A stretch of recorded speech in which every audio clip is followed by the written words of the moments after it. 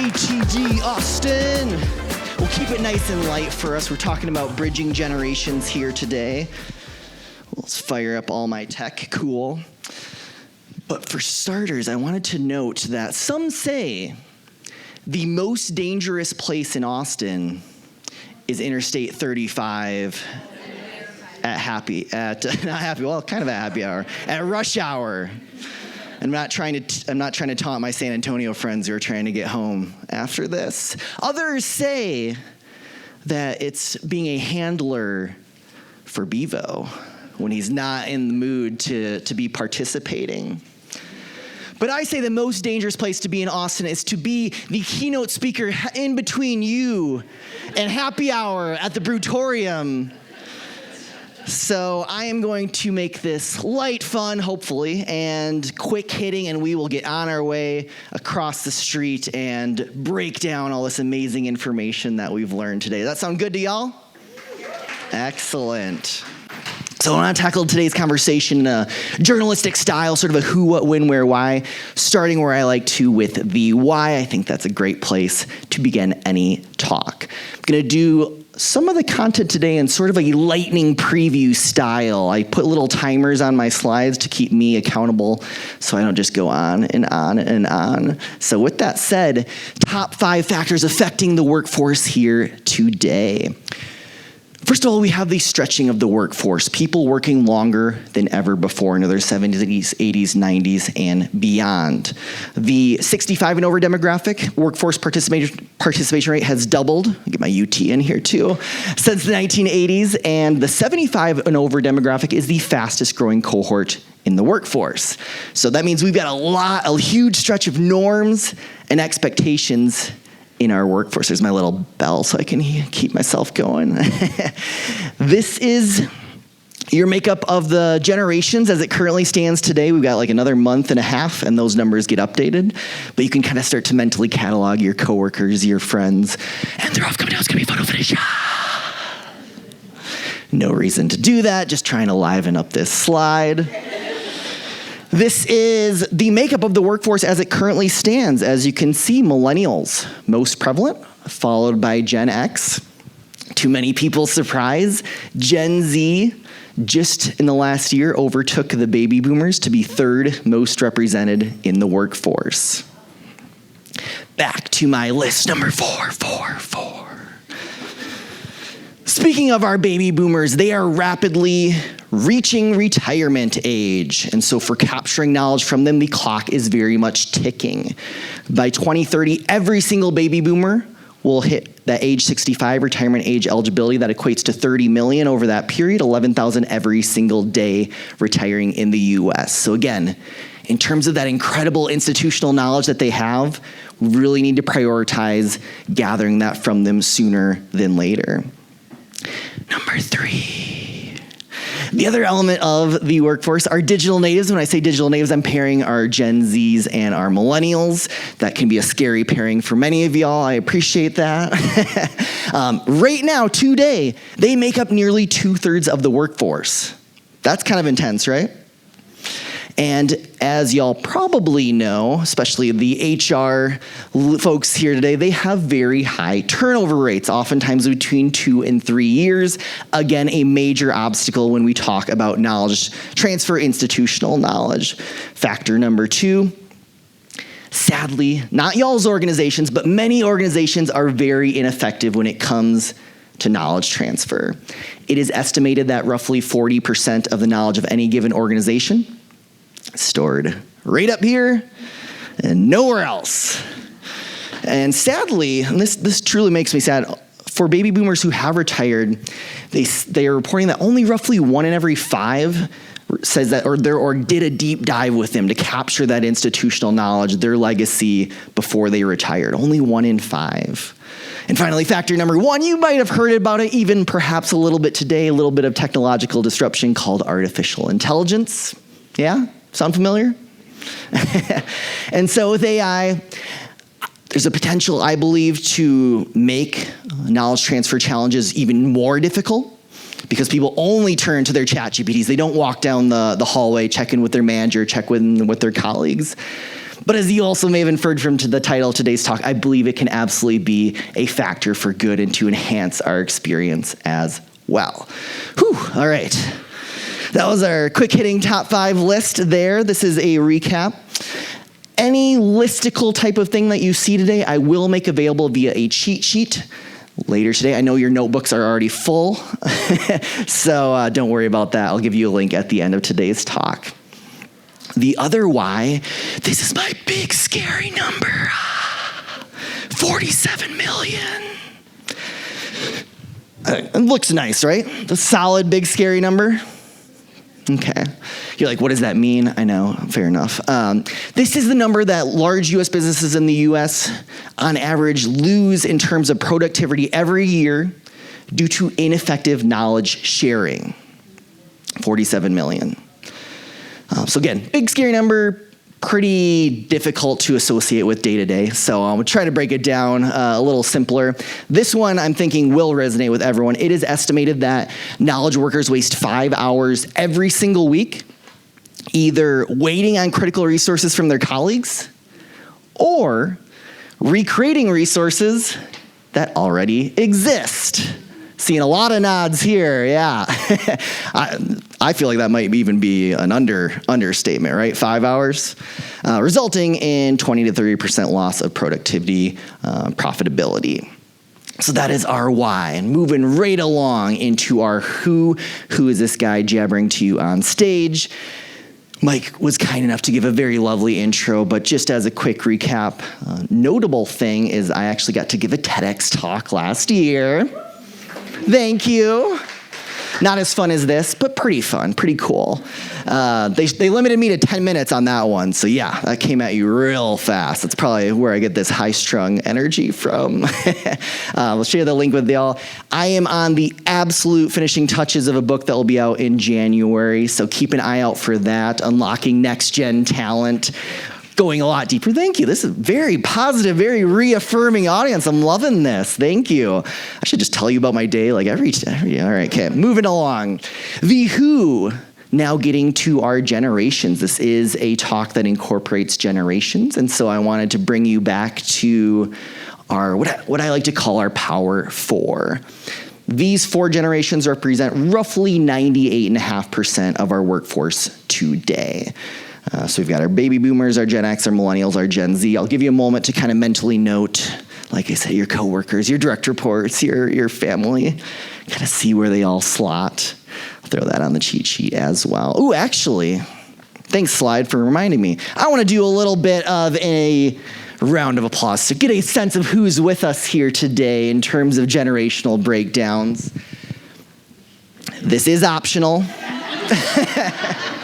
You do not have to reveal your age if you don't want to, but if you're interested, I'm going to do a countdown. I'm going to go 3, 2, 1. I'm going to ask your generation to make a noise. I'm going to start with our baby boomers. Make some noise. 3, 2, 1. Nice. Excellent, excellent. Gen X. 3, 2, 1. Okay. We'll speak very kindly about Gen X here today. Millennials. 3, 2, 1. It's kind of interesting to me, like they're different noises, right? I don't know if there's research into the noises by generation, but Gen Z, 3, 2, 1. Yeah.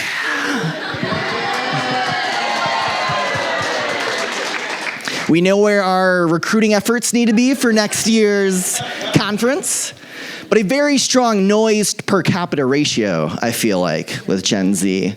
Very good. All right, cool. We at least technically have every generation represented here today. Honorable mentions, the silent generation. No, they don't like to make noise. So they represent roughly the other 1.5% of the workforce. And then on deck, very, very soon, we have Gen Alpha coming into the scene. Now, it is Friday. I know we've got our dinner parties, our happy hour, our family gatherings later this week. I have a fun fact to share with y'all. As of 2025, we actually already have another generation on the scene. Gen Beta, 0 years old as of 2025. earlier reports on Gen Beta, very lazy, very entitled, very whiny. They want everything brought to them. Yeah? Some people verifying that information.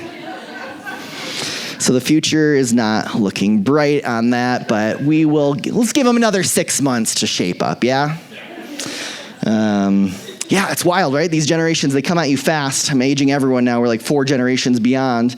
And also, I feel like it's kind of sad there was no ceremony. Like, it went from Z back to Alpha, and there was no, like, parade of generations or something. I don't know. I felt like there should be some ceremony. Well, I don't know. Anyway, my musings. I'm going to give a little bit more info about those Power 4 generations, a quick refresher, not to belabor this too long, but I think it's also kind of fun on a Friday afternoon. Obligatory disclaimer, we're talking about full generations, broad strokes we are painting with here. So looking at our generations, kind of fun. I have like a monitor up there. It's just the reflection. Can actually see my slides. Kind of handy. So here are our generations, starting with our baby boomers, age 61 to 79, born between 1946 and 1964. They have extensive professional experience in institutional knowledge and valuable. Just kidding. Not going to do that. Hopefully you did not see any slides like that today. No? Good. What I want to do is make this more human, more of a connection. So we're going to talk about some formative events. We're going to talk about some pop culture associated with each of these generations, starting with our baby boomers. Formative events, we have the moon landing early on in their lives. We have the Vietnam War. We have the civil rights movement. In terms of pop culture, the baby boomers set the bar pretty high here, y'all. Just gonna warn every other generation. We got the Beatles, we got the Rolling Stones, we got movies like The Godfather and Gone with the Wind. Yeah, some real bangers. And this is where you get to play a little of the guessing game. I have decided on one iconic food associated with each generation. So I want you to just kind of yell out some ideas. It'll keep it US based. What do we think for our baby boomers? What's that? Meatloaf. Jell-O. Ooh. Hopefully everyone ate a big lunch because I'm starting to get kind of hungry now. Twinkie. I'm going to go, we had meatloaf, and I'm going to go with this is the meat and potatoes generation, yeah? Wash it down with some nice canned green beans, yum, yum. Now, in the workforce, our baby boomers, of course, have impressive, incredible experience and institutional knowledge, known to be very dedicated, very loyal generation. Many play leadership roles still in our organizations today. Now, quick disclaimer. What I'm about to do, I'm going to share like a sort of a teasy, sort of a parody quote about the baby boomers. I'm going to do this for every generation, so try not to get too upset about your generations. But yeah, y'all ready for the teasy quote about our baby boomers? Okay, here's what I've got for them.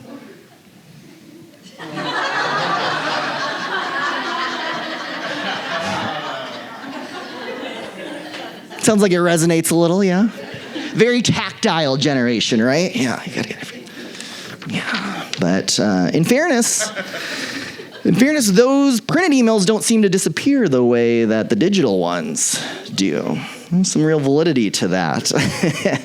Moving on to our obviously favorite generation based on the responses of who's here today, Gen X.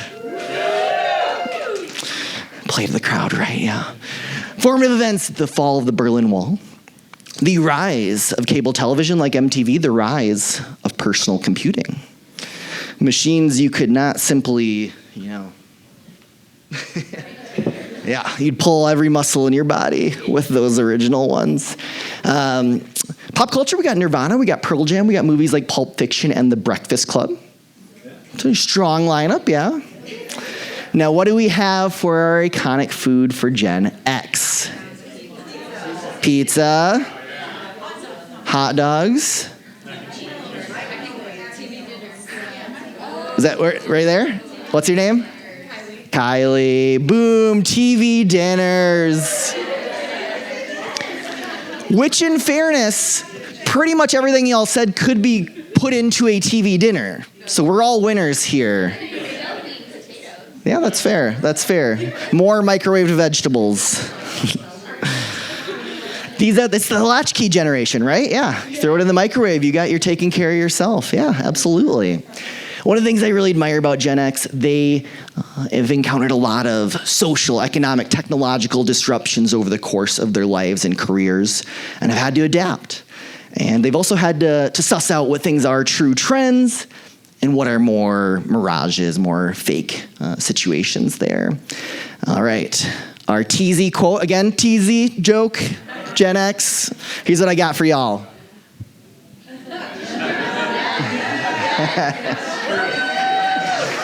Again, the latchkey generation, they're going to take care of things themselves, right?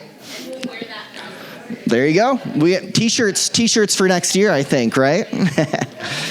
All right. I think based on our responses, I think our second most prevalent group today are millennials. Now, amusingly to me, in some circles, you'll still hear millennials referred to as like the kids these days. Our oldest millennials are in their mid-40s at this point. Still young at heart, but yeah, it's coming at you fast again. Formative events, 9/11, and the subsequent wars that followed. But on the social media side, they were with thefacebook.com. Y'all remember that?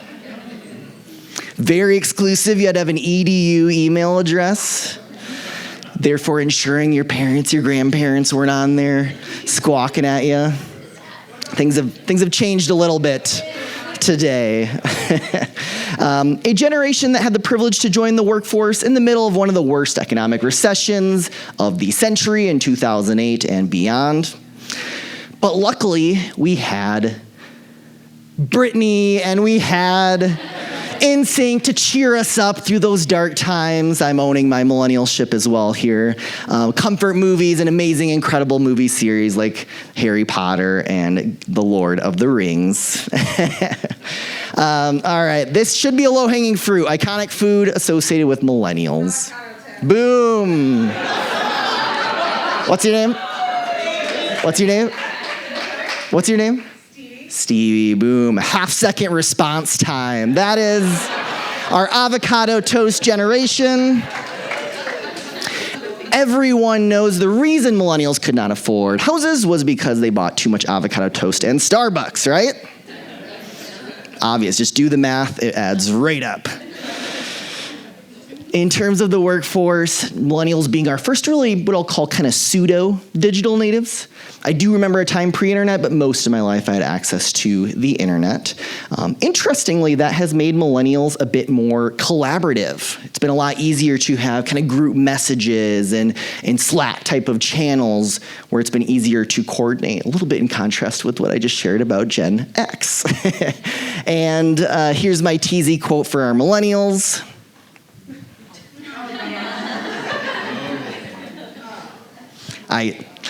I force a laugh on that one, but like that's just exactly what I would say. Like, yeah, let's do it. And finally, Gen Z, our newest entrant to the workforce. They're at a very interesting period in terms of the generational distribution right now, because our oldest Gen Zs, they're approaching their 30s. Our youngest are still to enter the workforce, and in the middle we have kind of our baby interns just starting to join our teams. So yeah, they have a really interesting range right now. Formative events, a generation that got really hit very hard by COVID-19. Missed out on high school opportunities, college internship opportunities, first jobs, really very difficult for them. Or in fully remote contexts on Zoom, not the same experience. A generation very concerned about the long-term health of our planet, what Texas summers are going to look like in 50 years, 100 years from now. A generation no longer dealing with thefacebook.com. I couldn't take my 2G BlackBerry and live stream down the street like you can on these amazing 5G networks now. So yeah, video, social media. Pop culture, we got Billie Eilish. We got our upcoming halftime performer, Bad Bunny. Some fans, yeah. Nice. Movies like the Hunger Games series and the Black Panther. And in terms of iconic food, I'm going to do a little of a trick question here. It's not really about the food itself. It's more about, and by the way, DoorDash is great for it, but it's more about, are you going to get those likes? Are you going to get those shares? Are you going to get that engagement? Your viewers cannot, your followers cannot taste the food anyway. So it's just important that it looks amazing, right? In terms of the workforce, this is our first really pure digital native generation. They have always had access to the internet since the moment they could first steal their parents' iPads. That has made them extremely used to this intense barrage of multimodal notifications and communications. And before we go too much on brain rot about Gen Z, I just want to remind everyone, what generations designed all these devices? Everyone else, right? So I think that gets lost a lot of times in the conversation. And finally, wondering if this will resonate with you, here's my teasy quote for Gen Z.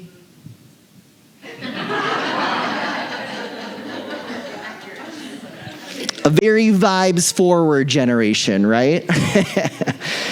Cool. Real quickly, I wanted to show you, as a reminder, that chart I showed earlier. Like, look at that trajectory of Gen Z. They are rapidly ascending, mirroring what the millennials did just 5-10 years ago.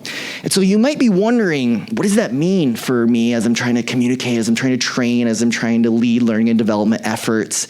Does that mean that we have to become more like Gen Z? Learn all the cool phraseology, your skibbities, your delulus, your 6-7s, 7-6, which one? I don't know. 6-7, yeah. Does that mean we have to be freshening up on our TikTok dances? All right, taking a quick step back, y'all. I am willing, for your hopeful entertainment and my probable embarrassment, as an aging millennial, to attempt a TikTok dance for you here today. Any interest in seeing that? Tepid. I call that a tepid reaction. Yeah. If you were not someone making any noise, that's fine. I'd probably be on your side if I were in the audience. I would just say, shield your eyes for like 30 seconds here, and then we'll all be done with the TikTok bar. But yeah, it's Friday afternoon. We want to get out of our comfort zone. So let's make some noise for a TikTok, yeah?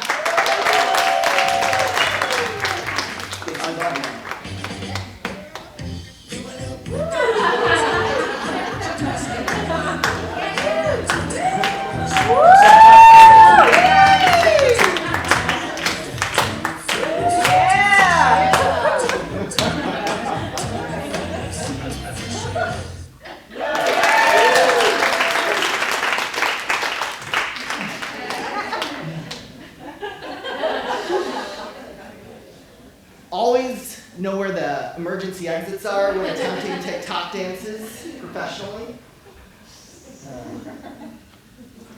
Yeah, it really gets the heart. If you're thinking about resolutions, it's kind of resolution season, you want to start burning some calories, like TikTok dances, the burn rate per 30 seconds, it'll get you there. So something to think about for your next all hands meeting. The good news is I don't think that's the answer. I want to encourage y'all to be willing to evolve with Gen Z and with the workforce overall. That's what you've been doing today. I really applaud you for that. Now I want to dive into some strategies. This photo gives me a little bit of anxiety. How about y'all? Feels kind of like we're getting ready for Thanksgiving pretty soon, around the corner. What's Uncle Larry gonna say? Anyway, yeah, let's dive a little bit deeper. I want to do we're going to do just a round of applause gauge as to what we want to prioritize with the remainder of our time here today. I've got 3 options for you. I've got a section that focuses on AI knowledge transfer strategies, a section that goes more into like old school human-to-human knowledge transfer strategies, and I've got one that's a little less about the what and more about the how with communication techniques among generations, with a special emphasis on our digital natives, our newest entrants to the workforce, and our most prevalent at this stage. So make a mental note as to which you're most interested in seeing, and we will tackle it in the order that you care about. So starting with, I'm going to ask you to make some noise with the AI section. Round of applause if you want to start with that. Human-to-human section. Nice. The how techniques. Ooh. That was close. Mike, what did you hear that? Really? Think how first? That's true. Okay. Maybe I am. What's that? Oh yeah, good call. Okay, so we've eliminated, I like this. We're doing ranked choice voting now, right? It didn't pass the props a few years ago, but it's going down here. So human is gone. So now we're gonna do how versus AI. So starting again with AI, make some noise. And how, make some noise. Interesting, all right, well done. I love this, yeah. This is the right audience to let them take charge of the way I've run this session, so thank you for that. All right, it's the how. Maybe I was stalling for that because I know that's another lightning preview, so I may just very well pass out at this point, but I'll do my best to stay with it. Part of the reason I like to do these, one, is because we only had 45 minutes today, but two, because in some cases these are more reminders to get you thinking a little bit more, and rather than me focusing on one or two, I wanted to hit you with a bunch of them as a reminder. And again, these will be on the cheat sheet, so don't worry about vigorously scribbling notes. But yeah, again, energy going here. Another lightning preview. I'm going to share 10-ish strategies with y'all to best connect with the generations, especially with a lens toward our digital natives who are increasingly becoming a larger and larger percentage of our audiences, of our organizations, and of our trainings. Cool, we're ready for a lightning preview? All right, 3, 2, 1. Gen Z and digital natives expect their org to play a leading role in making the world a better place. They see business leaders as third most influential in society in doing so. So one, make sure your org is doing good. 2, make sure you are leading in that with your trainings, with your communications. Keep that top of mind. As we all know, it is extremely easy for that to get, we have our rah-rah kickoff meetings and it gets lost as we reach October, November, etc. Learning and development, whoop, whoop. Things like, it's really critical that we keep showing for digital natives that they are making progress, that they are working toward a goal, that they see a vision for them being at your organizations. Things like training programs, mentorships, personalized career mapping goes a long way to seeing that there is a future here and I'm continuing to grow. I am a big fan, Gen Z especially, a huge entrepreneurial spirit. I've heard stats as high as 70% of Gen Z has a so-called side hustle. Y'all know that phrase? Yeah. So looking at internal entrepreneurship opportunities, one thing I like is creating internal freelance marketplaces where people can carve out a few hours of their week to participate on kind of side hustles internally. Gamification, again, this is the digital native psychology. This is what they're used to experiencing. Things like badges, levels, points, rewards. These are all great ways to show someone where they currently stand and what they are working toward versus the ambiguity of, hey, be in that role and maybe in like 3 years or 5 years, we'll look at a promotion for you. With our digital natives, we also want to think about the why. These are generations that through the internet have always had access to this type of info. And so when we don't share that in our communications, that gets very frustrating for these individuals and really all individuals in the workplace. So leading with the why, how is what we're doing here making the world better? How is your individual contribution? Why does that matter? In terms of communication style, keeping it very high touch, high frequency. That's, again, what digital natives are most used to. This idea of like a monthly check-in or an annual review, completely archaic to generations used to basically communicating in real time. In terms of making people feel valued, I just want to emphasize their ROI on this is incredibly high. We're talking about 3 times the rate of employee engagement, 5 times the rate of external advocacy. Hey, my company's awesome. 5 times the rate of trust and leadership for someone who feels valued at their organization. This isn't just about perks. This is about just putting in the effort. These are terrifying, right? I tried to mix in a few like Gen Z puns, so this is my attempt at that. The horrifying Pickles Cage here. My apologies for the nightmares.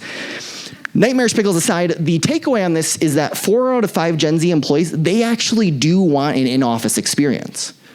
Not necessarily every day, but they do want those friendships. They do want those mentorships. They get typecast, I think, a lot of times as only wanting remote work, but that's not the case. Ironically, it's much more us millennials and Gen Xers who are like, yeah, we kind of did the office. We're okay. And then in terms of work-life balance, the number one thing that they admire among their peers, the number one thing they look for in employers. Whew. All right, y'all are killing me out here, but we're getting through a lot of good content, hopefully, yeah? Sweet. All right. So this, again, will be on that cheat sheet, a little summary. I'm going to take a quick sip of water. What was our next one again? It was the AI. Okay, excellent. So fun fact, last week I spoke in Oklahoma City at the ATD event there, and it was on Thursday. It was Halloween Eve. So I put on this gator onesie, and I came out like playing Crocodile Rock. And it was awesome for the first 10 minutes, and then I was like it was so hot. So hot. Also feeling like it's like a gator thing at like top of his mouth on my head while I'm talking to people and they're all looking at me. It felt very unusual. So we're still workshopping the gator. We'll come back to that anyway. Quick note, I know y'all are L&D pros. This is the Logitech Spotlight presentation remote. Any fans? Anyone using this? Yeah. So one, it creates this incredible spotlight effect because so often we're presenting on digital screens now and your laser pointer is not going to do anything. So I literally so I've got my normal front and back, and there's this top spotlight button. I click that, I hold that, and that's what creates that effect there. It's very, very handy, but there's more. I don't even make money from this. I just love this product so much. If I go now and I hold down and I mouse over where I want to go and then I click, that will navigate me just the same way a mouse click will. So what I like to do is build navigation into my presentations, and then I create a choose your own adventure style process. You could obviously just walk to your laptop, but that's not always easy enough to do, and this is a little more seamless. So anyway, a little look behind the scenes, Logitech Spotlight. It's like $100, but I've had this one 3 or 4 years. Like they're very high quality. Literally the Spotlight presentation remote. All right, AI, cool. You can tell this is a fancy section. I put a video background on this slide. Yeah, see that? Very, very fancy. Very important. Where did Mike? Is Mike still around? Okay, I just wanted him to be able to mentally know that we got it on recording too. I'm saying for the AI section, make sure that anything I share, this is pursuant to your organization's policy. Are we clear on that? I like to be invited to these events. I don't want to get thrown under the bus, so I just want to make sure that's very well documented before we go any further. I like to start with one of the lowest hanging fruits. I know we've got a wide variety of experience, people leading 26 AI projects to people who have organizations who aren't doing anything yet, or it's not even allowed. So I'm going to start with a super low hanging fruit that I think probably brings some of the most impact of anywhere in the organization, which is simply recording high impact conversations digitally, video or audio, and then running them through, turning them into transcripts, and then running them through our AI tools to produce high-quality training assets. I'll walk you through that process, but to me, that is such a game changer, and it's very, very easy to do. So I'm gonna show y'all a video from Mark Cuban. It is 17 seconds long. I just want you to kind of experience what you kind of go through in this 17 seconds. As someone who's failed many times, it terrifies me. You know, I don't want to fail. No one wants to be labeled a failure. But having failed enough, I learned that no one remembers my failures. I don't know, name any business person in the planet. Typically don't know their failures, but you know their successes. Do you feel like you experienced a lot in that 17 seconds? Cool. I do. And obviously that one is a little bit edited from a masterclass, but this is a small aside, but I just want to give a shout out. Like, we know that digital natives in a training context, they're used to TikToks, to Instagram Reels, to YouTube Shorts. You can communicate a lot via video. We all tend to go to external, your LinkedIns, your Instagrams, but don't underestimate the power of sharing video messages, informal video messages on your Slack and your team style channels internally. It's an awesome way to give people shout outs, to give quick updates, reactions to industry trends, etc. So I just wanted to show you that. But taking that Mark Cuban video file, you can now turn this into a transcript. And I find this part really funny. Y'all probably didn't expect me to give a shout out in my AI section to the humble old Microsoft Word. But Microsoft Word has a dictate function. It's right up here. This is the Home tab, and it's the dictate button there. You can either click on it and live do voice to text through Word, or you can upload files, audio or video files. So with no other input from me, this is what that transcript created here from that Mark Cuban audio file. So pretty good. So step 2, once you've recorded it, is to transcribe it. Then you can start to bring it into our AI tools. This is Claude, my personal favorite. I said, can you turn this Mark Cuban audio file into a one-page guide? And it gets to work.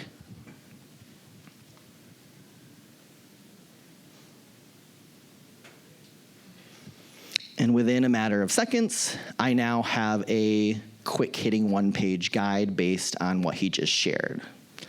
And what's so cool about this is, I'll give you a little tour of it. So it kind of says, embracing failure, insights from Mark Cuban, the power perspective, what people, key takeaways.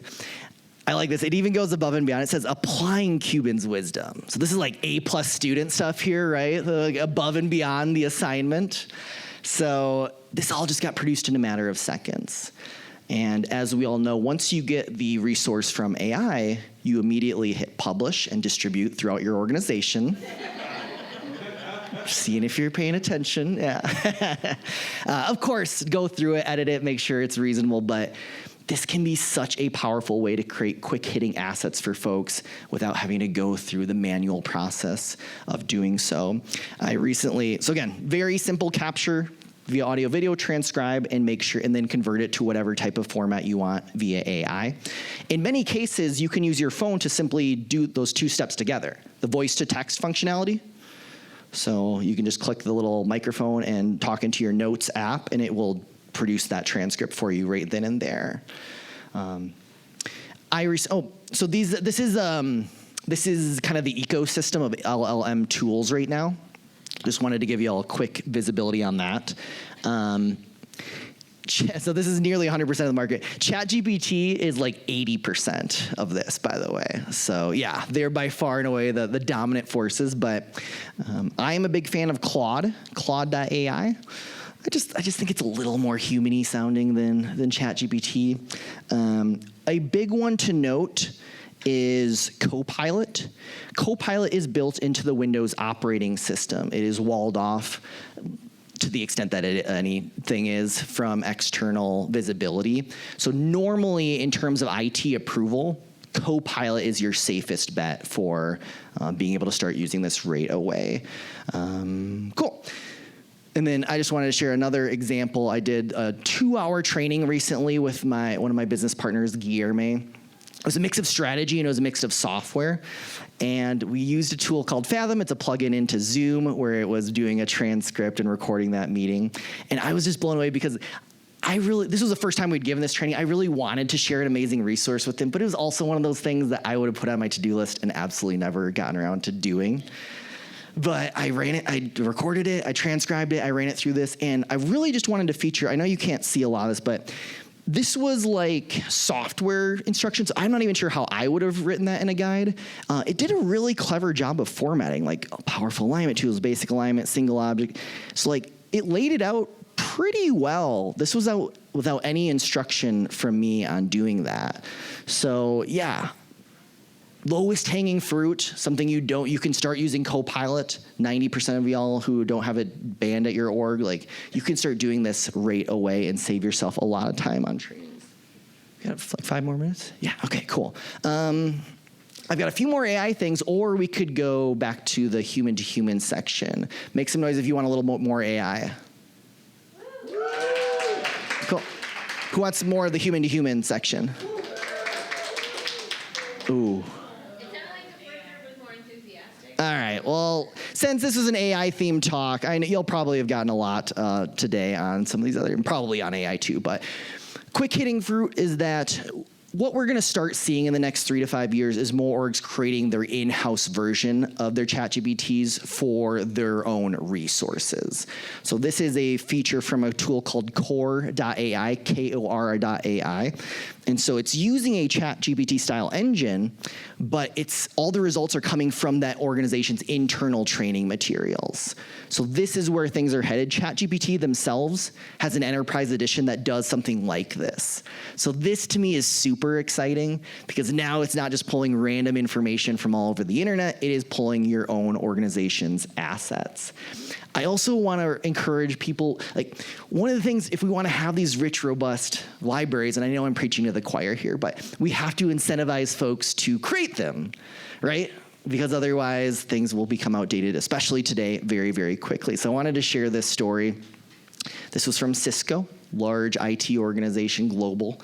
And they had this knowledge assistance center that you're seeing here. This was public facing, customers could access it. And one of the challenges they were running into is it was becoming outdated, and people were creating support tickets for pretty much everything, and that was taking up a lot of time and money. And so what they did, it was pretty ingenious. They knew that their 4,000 technicians around the world, they knew that they had this incredible knowledge, but it just wasn't in that support center. So they created this simple little contest. They called it the Knowledge Champions League. So kind of model, y'all know, like the European soccer, football, if you will, modeled off of that. And the prize was very simple. Whatever team created the highest quality assets, they were going to get a 2-week paid, essentially work vacation to any Cisco office in the world. And Cisco being a huge company, that pretty much is everywhere. And so people got really, really into this program. It became really fun. People participating in it created 5 times the resources that those who weren't did, and resulting in the next year of over 1 million views, and resulting in case deflection savings, as in people didn't create support tickets for this, doubling the year before from 27 million to 54 million, all just to pay some people to go to Australia for 2 weeks. So yeah, a pretty incredible ROI there. So don't underestimate just simple incentives to help people to want to create these assets around your organization. I don't want to take, we're ready for happy hour. So let me just bring this home. See me after. I've got plenty more materials for y'all. I've got the cheat sheet, so don't worry about that. We got the Brutorium waiting for us. So bringing this home, when should we start to do this? Well, and I want to quickly show this link. I'm going to share some remarks in just a moment, but this is how you can get any of those assets. This is my Slido link. This will have a survey on it as well. And so let me put that up for just a moment. Give you all a chance. For anyone who scanned it, is that coming up on a survey? Okay, cool, sweet. So just save it for now, and then I will make that live again in just a second.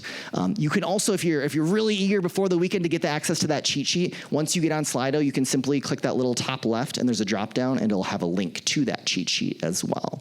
But otherwise, I'll email it to you. But as a reminder, the generational demographics are changing very, very quickly.